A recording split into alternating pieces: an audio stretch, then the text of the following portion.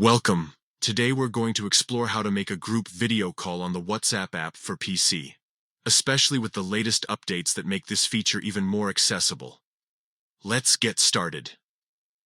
First, you need to open the WhatsApp app on your computer. If you haven't installed it yet, head over to the official WhatsApp website and download the app. Once it's installed, log in by scanning the QR code with your phone. Next, look for the phone icon located on the left side menu of the app.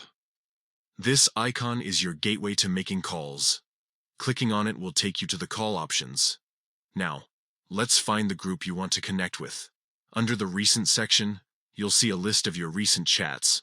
Scroll through this list until you locate the specific group chat you want to call.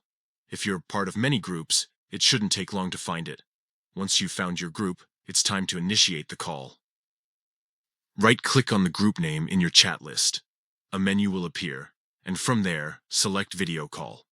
This action will start a video call with all members of that group who are currently available. And that's it.